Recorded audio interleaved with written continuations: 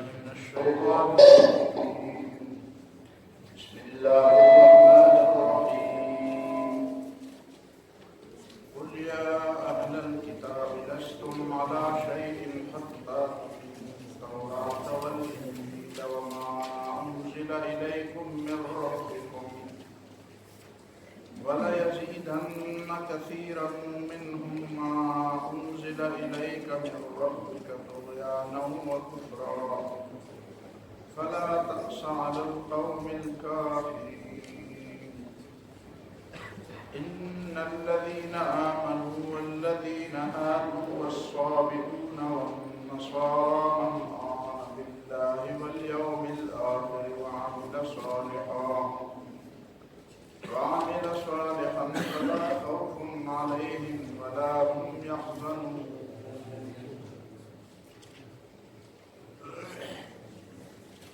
مخي درس كده خبر وشوا يا أيها الرسول بلغ ما أنزل إليك من ربك او بیا دا خبر وشوا چې دا د تبلیغ رسالت دا حکم او د تبلیغ رسالات دا حکم د دې نبی علیہ الصلوۃ والسلام سنت کے شکل اور تعبیر سب یا نبی علیہ السلام دے آیت بانے عمل سنگو نو عمل پیدا ہو کچھ د دنیا حکمرانان تے د اسلام با حوالہ خدنو د دنیا حکمرانان تے د اسلام دعوت پیش دین مسکی د دنیا حکمرانان تے د اسلام دعوت نو پیش کړ دا د دعوت تا مراحل چې دي دې باندې ځان ته پوره کوی ورغوا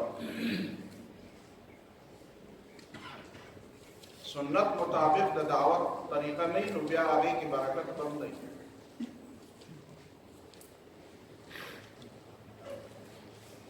متبادل په تور باندې خسړې ویلې چې د مجبورۍ د وجه نه چې اصل صورتحال نشته نو سړی دا اومني چې اصل او آئیډیل صورتحال خدا او د دې د نشوالي په وجه باندې وزه د مجبورۍ نه دا کار دا جدا خبره خدا چې وسړی غیر معیاري شکل ته او غیر حقيقي شکل ته حقيقي وي غیر معیاري شکل ته معیاري وي نو دا تصور بلک بدلول غواړي نبی علیہ الصلوۃ والسلام مکہ معظمہ کے پیدا دے اور مکہ معظمہ کے پیغمبر شو اور مکہ معظمہ خواہ تا نزدیک لے لے طائف اور مکہ و طائف یو زیادی مکہ و طائف عربو کے عام طریقم دا سے وجبالی کن بیا یو زیادم پر علاقوں کم بالی دا سے علاقیشتا چی بائی کی دو کلی یو زیادی کوٹو اجی اپنا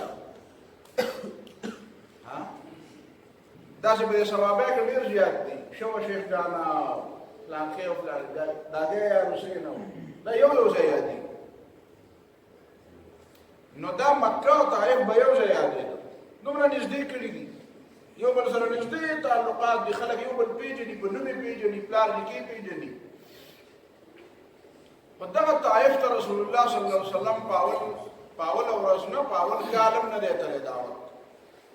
پدویم کالم نہ دیتا لے پدریمم نہ دیتا لے پسلورم پپینزم پشپگم نوم ماتم نہم نہ کال رسول اللہ صلی اللہ علیہ وسلم مکہ معظمہ کے دے او مکہ قضیبانی طائف تنزیل تا چاہتا خلق تا دعوت ورکی فلسم کال بانی رسول اللہ صلی اللہ علیہ وسلم ملتا طائف تلا او صدا پارا لارو او پس حالاتو کی لارو ذکر لار چه دلتا ابو طالبم لار دا دنیا نا حضرت خدیجہ رضی اللہ تعالی عنہ ام المومنین اغم وفات شوا او تکلیفون زیاد شو نو نبی علیہ السلام دیر پارا علتا لارو چه آغا زینب مرکز جوڑ کن کنینو دا صرف دا دعوت خبر اوی نو تا سوال کولا چه جی پاول کال مانی نبی علیہ السلام علتا طائف تاولی نو دا سی بیا رسول اللہ صلی اللہ علیہ وسلم جو دلتا د دنیا حکمرانانو د دعوتونو لېږل نو په مکې معظمې نه ولې نه لېږل یا د مدینې منورې کې چې اولنۍ ورځ باندې د اسلامي ریاست بنیاد کېښودی شو نو بیا یې ولې نه لیکي خبره دا ده چې ته د سنت مطابق د دعوت چل زده کړه قرآن نه به چل زده کوې او سیرت رسول صلی الله علیه وسلم نه به چل زده کوې دې نه علاوه به بیا ته هم دې خوا بیا اول د اسلام لپاره یو مرکز پکار یو داسې ځای پکار دی چې نمونه شي دا حرم دا ګوره په نه په دې خبره لږ ځان ښه پوهوی نو بیا به ودې پرانیستی کېږي د دماغ کعبه مرکز دی او کله کله قرآن کعبه او بیت عتیق د ټول د حرم د ځمکې ته وایي ځکه یو کور سره چې خوا وشا نه وي نو هغه څنګه مرکز کېدی شي دا قرآن مجید سورة حج کې چې وایي چې ثم محلها الى البيت العتيق دا حدیث کې مدي دا به حلالېږي نو کوم ځای به حلالېږي الى البيت العتيق دا هغې آزاد کور په خوا کې به حلالېږي نو ته حلاله او ذبحه او هدیې چې حلاله او قرباني چې کې نو حرم کې دم نه کې مسجد حرام کې دم نه کې او قرآن ورته البيت العتيق ویلی نو منا البيت العتيق دی وایه منا زمین حرم دی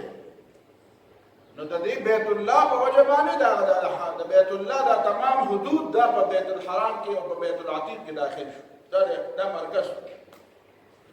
داسې بیا یوازې د دې مرکز نه په یو بله نقطه باندې بله خبره پیدا شو هغه څه شو هغه مواقیت حرم شو مواقیت حج او عمره د حج دپاره ځان نه میقاتونه مقرر شو یا لملم دی او ذات عرق دی او جحفه ده مدینه منوره 570 فوشا کیلومتر د مکې معظمې نه لرې ده او دا میقات چې مقرر دی چې د دې ځای نه اخوا چې ته ځې او اراده دې د حج او د عمرې کړي نو بغیر د احرام نه به نه ځې بغیر د احرام نه به نه ځې نو دې بیت الله د حکم لی په نورو الفاظو کې نوره موسعت ورکړه چې خیر دی دا زمین حل دی خو مواقیت د دې زمین حل کوم ډېر لرې لري نو هلته ستا ذهن کې یو بل تصور کېښود چې ګوره دې ځای نه ځې خوا نو ګوره بغیر د احرام نه لاړ نه شي چې ته د حج او د عمرې اراده دې کړې او بغیر احرام نه ځې دا هم به در باندې لازمي دا مرکز نورو موسي بیا په یو بل لفظ باندې چې ته وګورې نو بیا د دې نه هم ډېر زیات وسیع کو دا حرم او دا احترام د دې حرم د ځمکې هغه څه دی هغه دا دی چې جزیرة العرب دې له یو بل خصوصیت ورکړه هغه سورة توبه چې ته ویې ته پرې پوهېږي چې دا 4 میاشتې انتظار دی د 4 میاشتو کې د کافرانو ته ووایه چې دې علاقو نه وځئ د حرم د خواوشا نه وځئ چې څومره علاقه دغه وخت محفوظات دې نه وځئ د نبی علیه الصلاة والسلام چې کوم حدود مملکت دې حدودو نه وځئ یا مسلمانان شئ یا دې نه وځئ لا يبقى في جزيرة العرب دینان داسې نشي کېدی چې جزیرة العرب کې د 2 دینونه چلېږي 2 دینونه پکې نه چلېږي یا به لږ اسلام یا به بل اوسه پورې کفر پکې چلېدو دا پوره دا ولا پوره وه او دین بعد به لږ صرف اسلام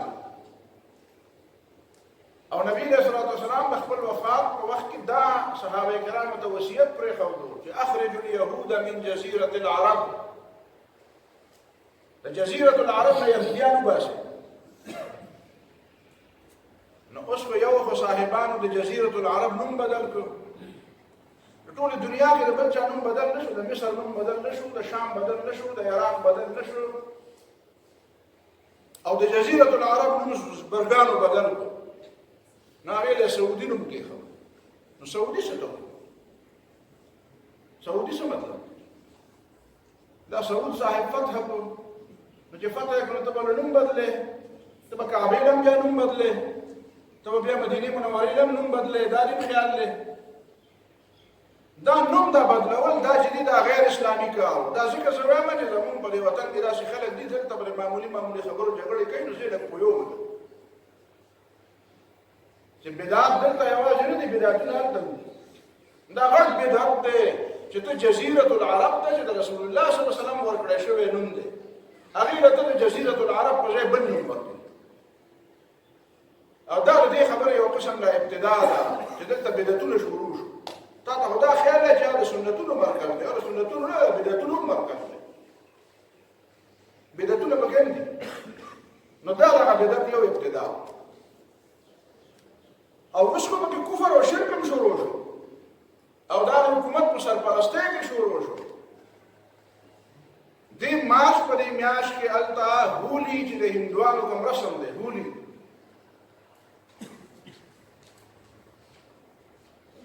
هغې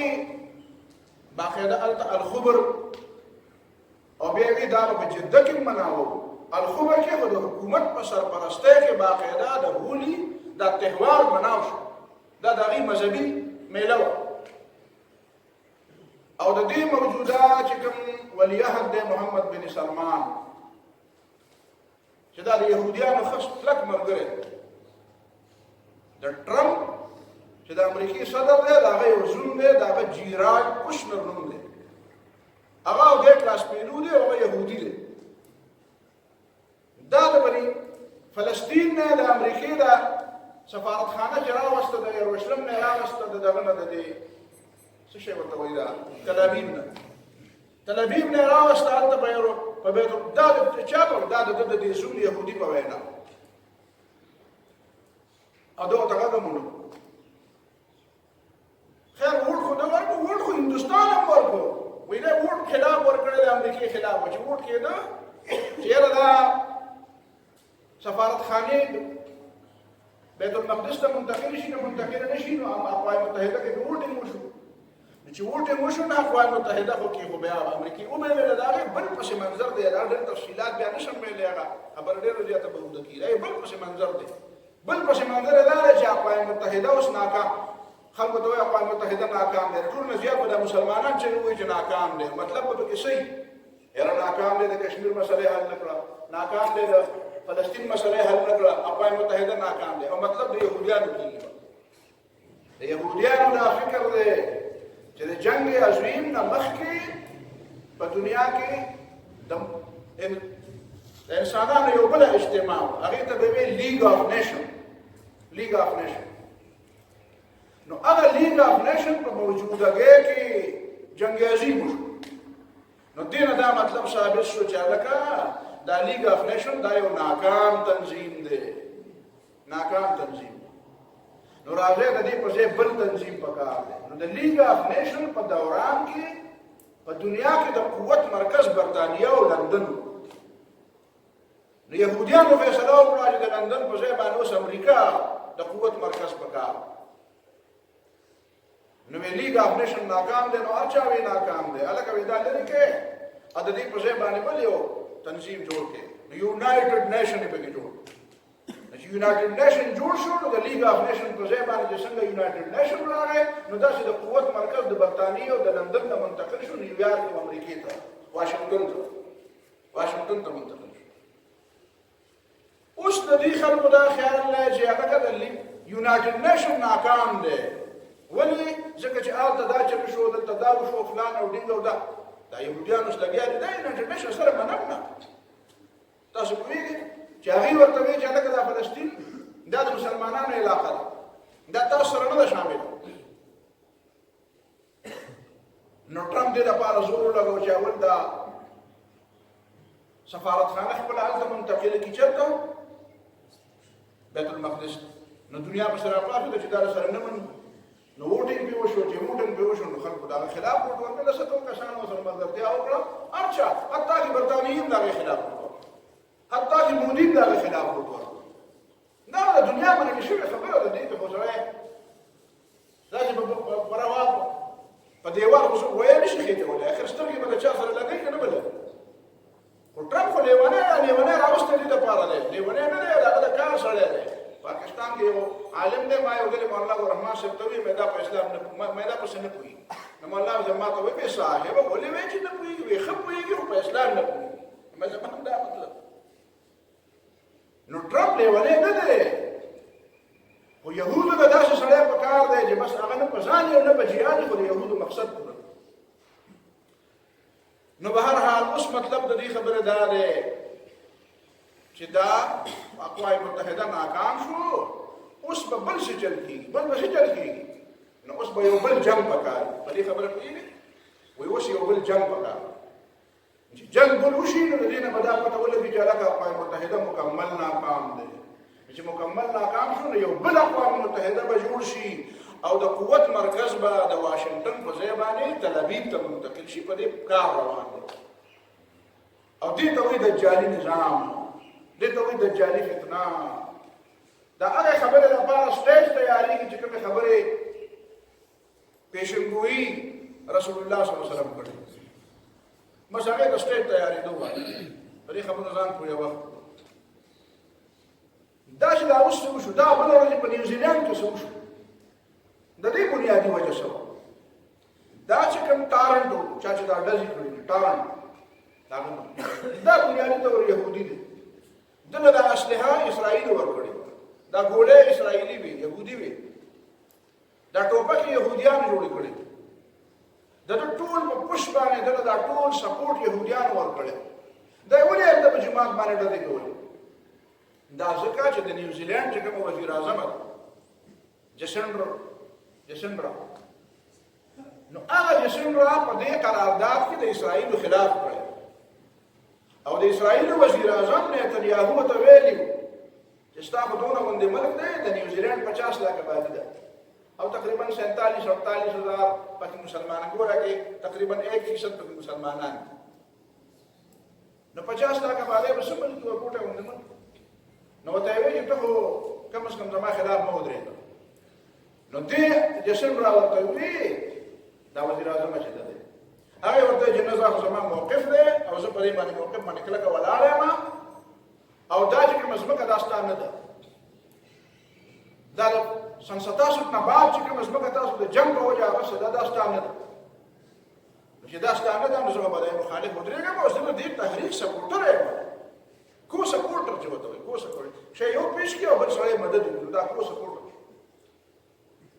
ناغه ته وایي چې نتنیاهو وزیر اعظم ته وایي چې زه به تاسو سبق درو خیم زه به تاسو کوی نو دا چلی وته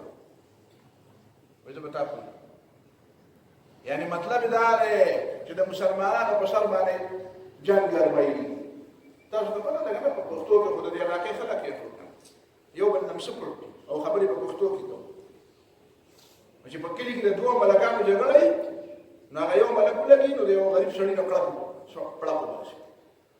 نو مطلب دا دی چې ابل ملک ته خیدار پړه مې دي چې تاسو وایئ نو خبر راځي هغه بل ولګي هغه بل نه پړه وځي وایي زما د نبی تاسو کولای شئ نو دا جنگ د غریب په سر تودیږي یو بل ته په دې طریقه باندې نیر کیږي نو دا دنیا اوس د مسلمانانو په سر باندې یو بل او اذا دا مسلمان نه بډا دوی څه څه نه ودی وته د فلسطین په حق کې یعنی گویا کې نتنیاهو جسنډرا آرډن ته دا پیغام ورکړو چې ته د مسلمانانو په سر باندې ماته رانیږي چې فلسطین د مسلمانانو دی نو ته ستا په کور کې د مسلمانانو غلبون ته ماته شروع وایي کوم شي په خبره مطلب دا ستا په کور کې د مسلمانانو وژنم په جومات ته ماته څه بیا دا نه بعد تاسو ګورئ اعلانو به څنګه ګرمئ نو ټرمپ هلته نه بل اعلان وی چې دا د ګولان چې کومه علاقه ده دا ګولان داسې فرض کړئ لکه دا دین د افغانستان سره لګېدلی نو داسې دا ګولان علاقه دا د بنیادي طور د شام علاقه ده دا دلته یو دریای اردن دی د هغې دا مغربي کناره ده دا د اردن حصه یو دا د ګولان غرونه دي چې دا د مصر سره هم لګېدلي او دا د فوجي لحاظ سره ډېر لوی اهمیت نو دا په سن 67 کې د اسرائیلو د شام نه قبضه کړي خو دا چې کومې علاقې په زور قبضه شي د فوج په ذریعه نو د اقوام متحده د 1928 یو قرارداد دی د 1928 یو قرارداد دی چې د هغه قرارداد په موجب باندې کومه ځمکه چې چا د چا نه په ټوپک ونیوله او په زور یې ونیوله هغې ته به مقبوضه علاقه ویلی کېږي هغه به د هغه ملک حصه نه وي ځکه کشمیر هندوانو د ټوپک په زور نیولی نو دا مقبوضه علاقه ده د انډیا حصه نه ده فلسطین بیت المقدس یهودیان د ټوپک په زور نیولې ده، ګولان علاقې د ټوپک په زور نیولې ده، د دریای اردن مغربي کنارې د ټوپک په زور نیولې ده. نو دا علاقې اصولا د بین الاقوامي قانون تحت دا د فلسطین علاقې نه دي، د اسرائیل علاقې نه دي، دا د عربو ده. او تاسو ګورئ دا محمد بن سلمان ولګېده چې ده به همیشه دپاره د فلسطینیانو په مقابله کې د یهودیانو ملګرتیا کوله. تاسو ته پته ده که څوک د دنیا نه خبر نو هغه ته پته ده، چې څوک نه خبر نو پته به ورته نه وي. لیکن هغه بله ورځ چې بیا کله ټرمپ دا اعلان وکړو چې دا ګولان علاقه چې کومه ده بس دی، په دې کې ډېرې ورځې وشوې او ډېره موده وشوه او دا اصل د یهودیانو د اسرائیلو سره ده، نو دا او د هغې ډېر فوجي اهمیت دی، نو دا د اسرائیلو علاقه شوه. نو بیا ورته محمد بن سلمان راپاڅېد چې نه دا د اسرائیلو علاقه نه ده، دا د عربو علاقه ده. مطلب یې دا دی چې د عربیت په وجه باندې خو په ځمکه غیرت کوي، خو د اسلام په وجه باندې غیرت نه کوي. اوس په دې خبره پوه شوې چې د عربیت او د عجمیت د عربیت او د یهودیت خبره راغله نو رانیغ شو. او اوس خلک وایي چې هلکه د سعودي او د امریکې په منځ کې اختلاف راغی، نو د دې اختلاف د راوستو هم خلکو له چل ورځي او د دې د کولو هم خلکو له چل ورځي. خلک لوبول کوي، دا ته په ځان نه پوهېږي خلک څنګه لوبول کوي. اگر دنیا میں رہنا ہے تو کچھ پہچان پیدا کر، او کومه دنیا او کومه زمانہ کې چې اوسېږي نو لږ سترګې غړوه، دنیا نه ځان خبروه چې دنیا څه کوي او د دنیا د سیاسیات څنګه روان. نو دا اوس لوبۍ دا ته دا ښکاره کوي چې تا مونږ ته زموږ په لاس کې بوډاګۍ د 32-33 سال جوان ته زما په لاس کې بوډاګۍ دې خادم لوبوم او دې خادم لوبوم. د خشوګي په مرګ باندې مو لوبو، د خشوګي د مرګ څه تاسو ته پته په هغې مو لوبو او چې په دې لوبۍ او دنیا ته دا ښکاره کوي چې څنګه چې تاسو ورته خادم الحرمین وایې او ستا خادم الحرمین په اسلام دونه غیرت نه کوي لکه په عربیت کې کوم غیرت کوي. نو دا کارونه د دې صاحب دي. نو هغه بل ورځ په دې مارچ کې چې چل کړی دی د ده په قیادت کې هلته هولي مناو کړی دی. هولي د هندوانو رسم دی. یو حدیث شته دی په دې کتاب الفتن کې، خو دې وخت کې ماته متن یاد نه دی او بیا راته سند یاد دی. حدیث مې لوستی دی چې رسول الله صلی الله علیه وسلم فرمایي چې د قیامت د راتلو نه مخکې به د عربو څه قبایل بت پرستي اختیار کړي، د عربو څه قبایل به بت پرستي اختیار کړي. نو ستا د ابوظبي شیخ ولګېدو، هغه په اماراتو کې هندوانو له مندر ورکړ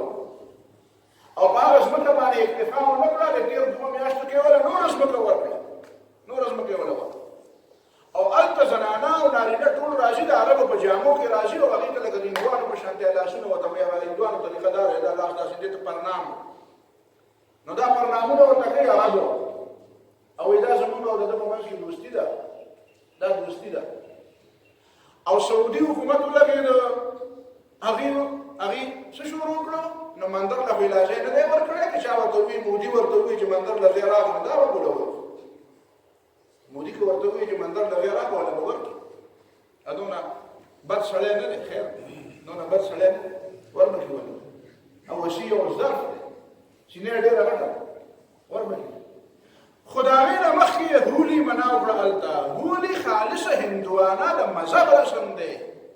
هلته هغې یو کس مقرر کړی دی، هغه نوم هم ما یاد نه کړو چې څه نوم یې دی. د دې هولي د رسم دپاره یو حکومت یو کوارډینیټر مقرر کړی چې د هغه په قیادت کې دا ټول څه. نو هغه ته چا ویلي دا د هندوانو رسم، هغه وایي نه دا خو تفریح ده، دا خو تفریح ده. نو بله ورځ به بیا هندو ته سجده لګول، بت ته سجده لګول به هم تفریح وګرځولی شي. دا راته ځکه وایم چې لږ هغه ملګرو په خدمت کې درخواست کوم چې دلته په مستحبات او په اولا او په غیر اولا باندې راته په جوماتونو کې اختلاف جوړ کړی دی. نو ورته وایم چې کوم ځای نه ته راغلی لږ هلته لږ سوچ وکړه چې هغه شی څنګه روان دی. هلته به دا سنت به هلته څوک ژوندي کوي، دا حق خبره به هلته څوک کوي. ته خو دلته حق خبرې ته ډېر نیغ ولاړ یې که نه جومات کې، او لیکل هم دله درځي او فتوې هم دله درځي. خو دا هلته به د بت پرستۍ نه خلک څوک منې کوي. ته خو یې نازبین یې، نو زما خو نه مني، او ته خو یې نازبین یې، نو تا هلته ووایه که نه ته وایې باباګانو دا هم څه شروع کړو، دا هم څه شروع هولي. دا وایي چې دی وایي دې ورځ باندې به خلک یو بل ته راشي خوشحاله شي او په یو بل باندې به رنګونه. ته مخکې د دې معلومات وکړه چې دا د هولي دا رسم په هندوانو کې د کوم ځای نه راغی. رادها او کرشن دا د دوی مقدسې هستیانې دي. نو کرشن پر رادا باندې مینو وي او رادا دغه تور و نو د کرشن مور لګیدا وغه وی چې خیر دې د سپینولو چل مال راځي د په رنگ ور واچو رنگ په ور واچو چې دا خسته شي چې بیا تاسو دا نه وایي چې ستام ګور تور ده نو دا غي بیا قصه جوړه شو د قصې نه بیا بل قصه جوړه شو دا غي بیا ادا مقدسه هسته شوې نو اوس چې کله دا غي مقرري نو په هغه کې خلک یو بل باندې رنګونه ورشي او دې ماته وایي دا معاشرتي میله ده دا معاشرتي میله نه ده دا د هندوانو مذهبي میله ده ته هندوی ته مشرک وایا کنه صفا وایي مشرک چې دا دلته دا خلک مونږ له کوی بچاله دا شرک ډیر زیات لوی ګناه ده کدا راغولې نه کول ډیر راټه ګناه دا هولي مناول دا ډیر لوی ګناه ده او کدا راغولې دا ترک او دا پټ امیر وایي ډیر زیات رښتیا خبر موږ مصیبت دا راځي چې په مولانا مودودیم خلک دروغ وایي خو چې موږ رښتیا وایو وایي یاره وایي ته تیزی کې وایي ته تیز نو چې بل دروغ وایي نو خلک نو وایي ورته چې راته غلط کار کوي خو چې موږ رښتیا وایو نو خلک مو ته وایي تاسو ګزاره نه کوئ او تاسو تیز یې او تاسو دا کوئ او تاسو دا کوئ نو د دې خبرې حل به شي دې خبرې حل به شي اشیرونه خدا کہ وہ منوم حیران موقع دے وہ منوم حیران وہ ہم آہ بھی کرتے ہیں تو ہو جاتے ہیں بدنام اور تم قتل بھی کرتے ہو تو چرچا نہیں ہوتا بل وہی کہ ہمیں تو سب یہ کہتے ہیں کہ نیچی رکھ نظر اپنی کوئی ان سے بھی یہ کہتا نہ نکلو یوں آیا ہو کر اسلام کو دعا تو وہی کہنا سڑی تو وہی تم نظر پڑ ساتا اور خشی تو وہی تم نظر پڑ ساتا دا سے منو وہی کہنا چاہیے تو وہی تو پسے بات رہا ہو جائے قبل تو وہی تستر کی خطا ہے او دعا ته وایي تاسو په عمل وکړئ په خدمت باندې نو ته لږه مهرباني وکړه ویل للمطففین دوه تلې مه ساته قرآن وایي ویل للمطففین هغه خلک د تباشي چې هغه مطففین دي مطففین څوک دي الذين اذا اكتالوا على الناس يستوفون جزاء لأهل كوريالي او اذا كالوهم او وزنوهم يخسرون او چې بل لتري نو به کم ورکړي نو دوه تلې مساته چې په یوې ځان لاله په بل ورکړي یو د پاکستان لپاره او بل د سعودي لپاره خلک مولیان په خبرې کوي نو مولیان بنو واشه به خلک وای چې وته وی چې لکه ګیدړه لال نه کارا نه هو ته مې ګیدړه حرام دی وې موږ سره په عبد الجلال نو وې موږ هو ګیدړ دغه کړه الا لكم ويخاوي له كتاب وګورم چې کتاب وکړو په پدې کې لیکلي دي چې وسرات بالجلال نو دې ډول په پیالال دې په کې لیکلي نو هغه ورته هغه مخکې نو تیر شوی هغه مسله تفاوض دا کار مکو دا ستاره خیر کار نه دا د اسلام خدمت نه ده دا د پیغمبر د سنت تقاضا نه ده دا د اسلام د خدمت تقاضا نه ده دا د دین باندې د ایمان تقاضا نه ده دا د دین د خدمت تقاضا نه ده دا د سنت او د بدعت د کشمکش په دې کې د حق د ملګرتیا تقاضا ده نه ده بهرحال خبر داوا بلغ ما انزل اليك من ربك جزيره العرب نو آیت حدیث باندې ته پوښوي حدیث دې علماء ته پوښتنه کوم شاګردان چې کوم دي هغه ته پوښتنه کوم چې قرآن وایي چې لا اکراه فی الدین لا اکراه فی الدین فمن شاء فليؤمن ومن شاء فليكفر دا شریف په خپل مسلمانۍ کافرۍ چې یو ځل مسلمان شي بیا به مرتد کیږي که مرتد کیږي سزا به خوري اجدا مسلمان خداوند نشي سم نه نو دی وایي چې بس بخښنه رسول الله صلی الله علیه وسلم فرمایي أمرت أن أقاتل الناس حتى يقولوا لا إله إلا الله ده هو البخاري مسلم رواية أمرت أن أقاتل الناس حتى يشهدوا أن لا إله إلا الله وأن محمد رسول الله فإذا قالوا ذلك عصموا مني دماءهم وأموالهم إلا بحق الله وحسابهم على الله إلا بحق الإسلام وحسابهم على الله دا دې حدیث څه مطلب امرت ان اقاتل الناس ما ته حکم شوی دی د خلکو سره جنګ کوما څو پورې به جنګ کوم حتی یقولوا لا اله الا الله څو پورې کلمه نه ویل به جنګي نو فاذا قالوها چې کلمه وایي نو عصموا مني دماءهم واموالهم به به د مال او وینه د مال بچ تنینو نه کړی نو د دې دواړو باندې په فرق کوي دا څنګه یو طرف ته لا اکراه فی الدین یو طرف ته من شاء فلیؤمن ومن شاء فلیکفر او بل طرف ته چې نه دې پرې د موجنم د کلمه وایا نو دواړو خبرو باندې فرق شته نشته وای دا فرق به هغه څوک نه پیژني فرق شته خدا په تعالی پیژني چې ته په دې خبرو کوي مرکز اسلام جزیره العرب دا د اسلام مرکز دی دا حدیث د جزیره العرب لپاره دی دا حدیث د جزیره العرب لپاره چې دا مرکز اسلام دی جزیره العرب کې بغیر د اسلام نه سړی نه پاتې وقتی طور دی راځي وقتی طور مستقل رهایش دلته نشته حرام ته خو داخلېدی نشي ابل ورته هندو داخل شوی دی حرام مشکل راغلی ما هم وستو زما سره په موبایل کې چا راولي هندو دی ایو سړی کوي هلته په عربو کې نوکري کوي او هندوستانی او هغه بدبخته وایي هلته په هندو او هغوی ښه پوره په اردو کې وایي وایي هغه کوم په پلوامه کې چې 40-50 کسان وژلي شوي دي خدای پاک هغه جنت ته بولي او جنت الفردوس یې زده کړی جنت الفردوس ته یې وایي هلته ورته په حرم کې دوا کوي په کعبه کې دوا ورته کوي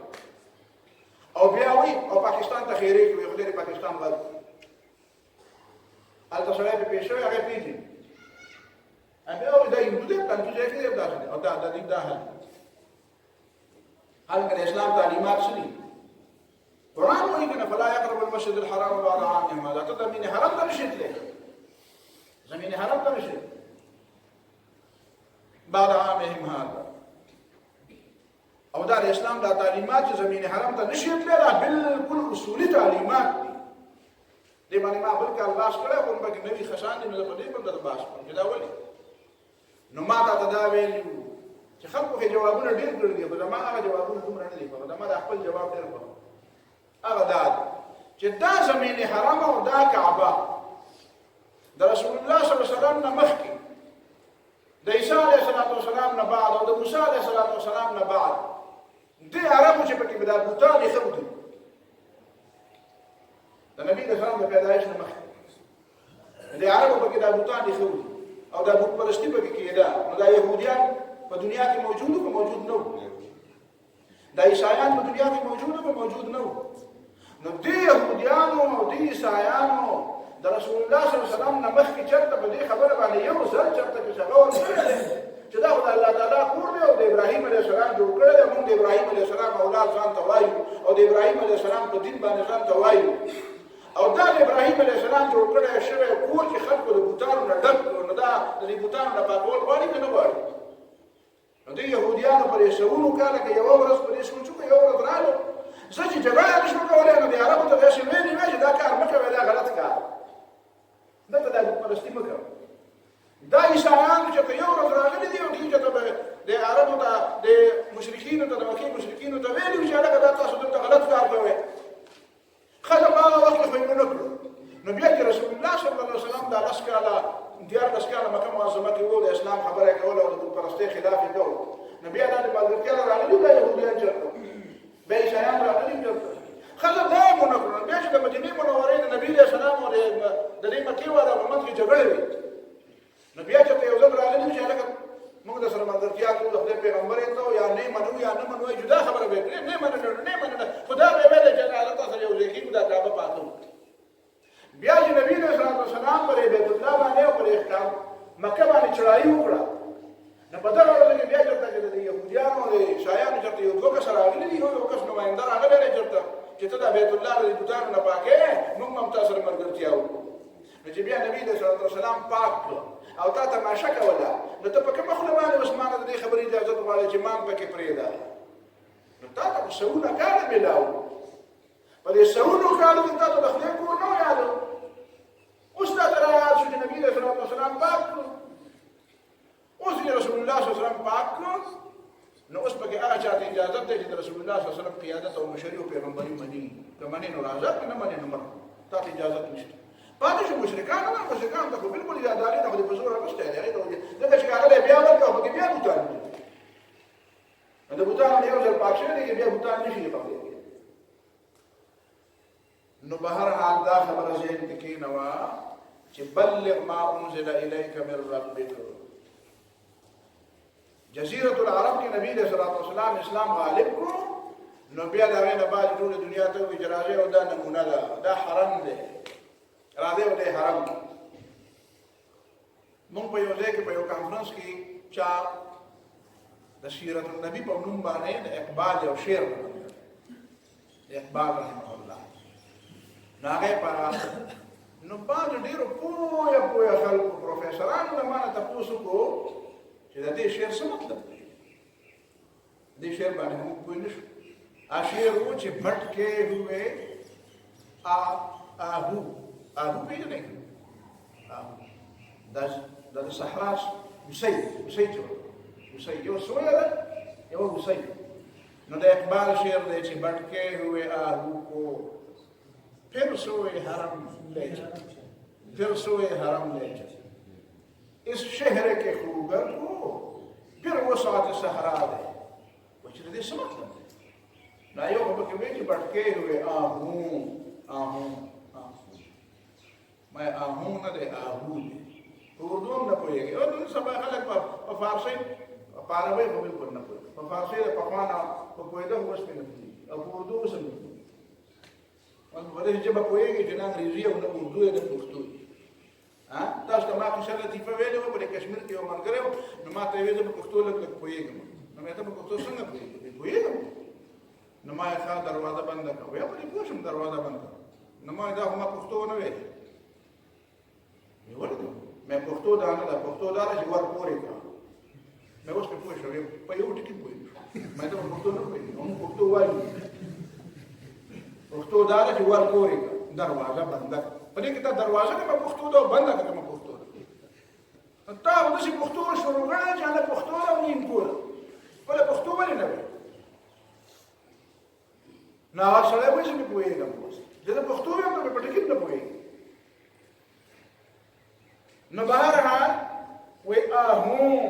بھٹکے ہوئے آہوں، آہوں نہ دے آہو دے، بھٹکے ہوئے آہو کو پھر سوئے حرم لے چل. دې څه مطلب؟ نو ما یې د دې خو ډېر ښه مطلب دی، خو کاش کې تاسو د اقبال په خبرو پوهېږئ. د خدای په خبرو نه پوهېږئ، اقبال په خبرو پوهېږئ. خدای خبرو باندې چې پوه شئ نو ایمان باندې تازه شي، او چې نه پوهېږئ غلط به ګرځئ. نو د اقبال له خبرو خو په قیامت کې تپوس نه کېږي، د خدای د هغې خو به کېږي. نو دی خو په هغې ځان نه پوهېږي. دلته به زه څه هیله وکړم؟ هلکه ما په هغه اقبال باندې دغه لیکلي راوړه دی خلکو له ور او دغه نه دی بیا دې وقفه کې راوړه پیغام اقبال په نوم مې د جمعې تقریر کړی دی. نو ملګرو بیا مې دا ښه دا خو چاپ کول غواړي، نو ښه د چاپ یې که نه چاپ کړی. نو که چاته پاتې شو د نورې نسخې هم شته، بلې تواب له نورې هم راوړه پیغام اقبال. نو علامه اقبال داسې وایي چې دا مسلمانان د حرم نه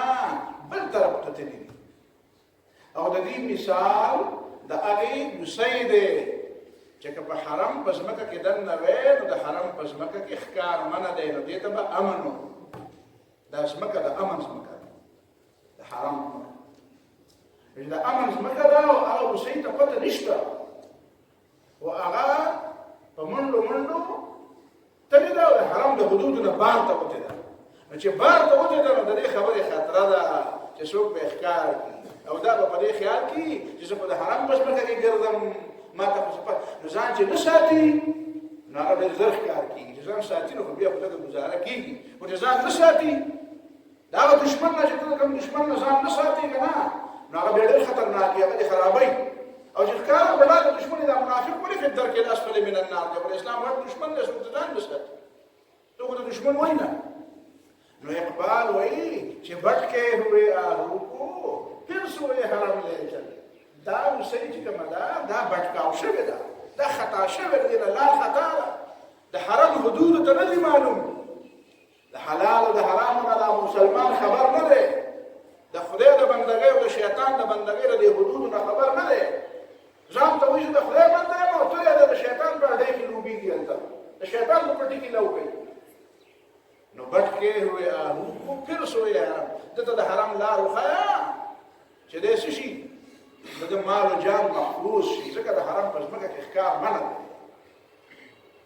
د اسلام په آغوش کې راشه نو د دشمن د ښکار نه به بچ شي. نو دا د حرم تصور دی، دا د حرم د مرکزیت. نو مرکزیت مخکې دی ښه، بیا به ځان د مرکزیت پیدا کړي. اول د اسلام طریقه مې درته ویله، د اسلام د دعوت طریقه مې درته ویله،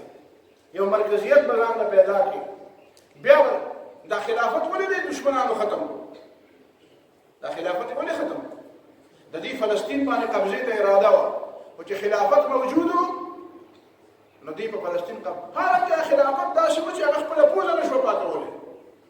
خو د هغې باوجود هم د هغه یو کمال و، یو کمال یې و. څه کمال؟ دشمن د دې نه یېرېدو، لکه دا اوس چې وایي هلکه وایي دا تاسو چې جنګ او جهاد کوئ نو ولې خلیفه اعلان کړی دی. نو یورپ په دې باندې پوهېدو چې دا خلافت بالکل د خپلې پوزې د پاکولو نه دی که نه، خو په یوه خبره ځان پوه کړئ چې مسلمانانو په دماغو کې دا خبره ناسته ده چې خلیفه یو ځل وایي چې جهاد اعلان دی بیا به هر سړی راوځي. نو دا خو زموږ دپاره لوی غم دی. که دا زموږ خلاف د جهاد اعلان وکړي په ټوله دنیا کې به زموږ خلاف مسلمانان راپاشي. دویمه خبره د هغوی په دماغو کې دا وه ځکه خلافت ختمه وه، حالانکې هغه اسم نه و، هغوی په داسې سرکاوټ نه جوړولی،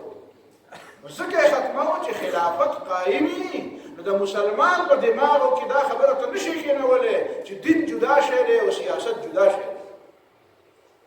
خلافت خو د اسلام حصه ده، دا د مسلمانانو خلیفه دی. د دې معنا دا ده چې اسلام دا د دین او د دنیا دا تصور او دا دوی نه مني، د سیاست او د مذهب دا دووالی نه مني، دا دووالی نه ده، دوی دا ډولیټي چې ورته ته ډولیټي دووالی دا نه اسلام ده. نو دا دووالی به کله ختمېده؟ دا چې خلافت قایم وي نو دا دووالی دا ته نشي جدا کولی. خلافت لاړه نو معنا دا حکومت ته یو کار دی، دا د بل کار. نو به دین او سیاست جدا جدا شو، دین او دنیا جدا جدا شو. نو دین والے جماعت ته ورته نه وړو چې ته ګورې بار ته راونوسي، او بار خلکو ته وایي چې زما د بار دنیا کې ستا کار نشته. نو شیطانان او د شیطانانو سازشونه په دې طریقه باندې په دې بنیاد کامیاب شو. تاسو په خبره ورسېدئ که ونه رسېدئ؟ نه بلغ ما انزل الیک کې دا بنیادي خبره. بیا دې د بلغ ما انزل الیک نه مخکې آیت هم وګوره او وروستو آیت هم وګوره.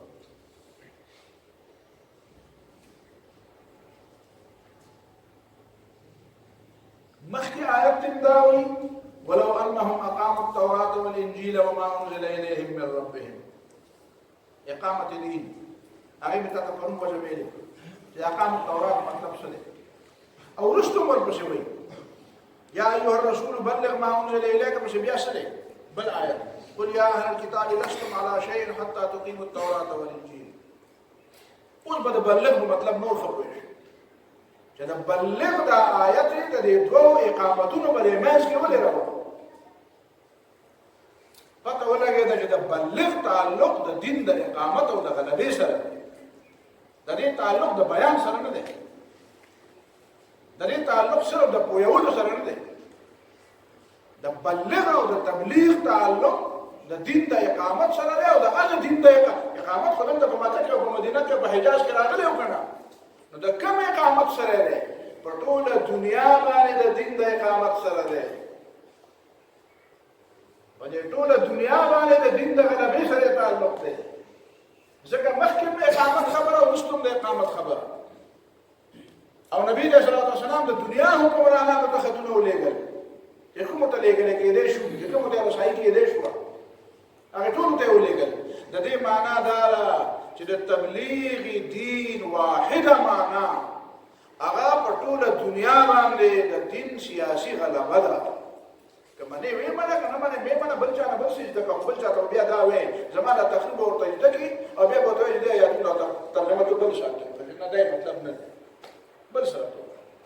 چې بل سره ته دی وایي چې څه وایي په هغې بیا مونږ هم پوهېږو. مولانا مودودي په بعض ځایونو کې کله کله وایي دا شی خو زموږ په علم کې نه دی، که ستا په علم کې لګي نو موږ ته هم خبر ده چې موږ ته هم لږ خبر نو زه یم که ستا په علم کې د دې آیت بل څه مطلب وي نو بیا ته ما هم خبر چې نه دا مطلب نه دی. نبی علیه الصلاة والسلام دغه وخت کې خطونه چا ته لیږي؟ روم او ایران ته خطونه لیږي. روم او ایران په هغه زمانه کې داسې ولګه نن روس او امریکا، چین او امریکا، نو چې روم او ایران ته یې ولېږل نو پاتې به څه او هغه ته وی اسلم تسلم مسلمان شې بچ شي او داسې نه چې یاره چې خبره دې ته کلمه وې نه داسې نه اسلم تسلم مسلمان شې بچ بشي کني بچ کېدل را نشي بچ بشي مطلب یې په دنیا کې به زمانه تور نه بچ شي او آخرت کې به د خدای د عذاب نه بچ شي دواړه مطلب یو دی قاتلوهم يعذبهم الله بأيديكم د مؤمن د الله سره د خدای طرف نه کوړه ده يعذبهم الله دې خدای دې ولا سودا ورکړي خدای تا کوي چې ستاسو د الله سره کوړه ده کنه ولا راوایځو يعذبهم الله بأيديكم نو تاسو دعوت ولا ورکړي اسلم تسلم او بیا د دعوت بل مقتدا په روس کې ویلي وو بیا ته ویل خیر چې نبی له صلوات و سلام دا بادشاہانو ته خطونه لېږل د دعوت طریقه ده خیر سنت طریقه د پیغمبر کومه ده چې رسول الله صلی الله علیه وسلم د دنیا بادشاہانو ته خط لېږو چې دی صحابي له خط ورکړ مختلفو صحابانو له خط نه ورکړ نو چې صحابي له خط ورکړ دی ولې چرته ولکه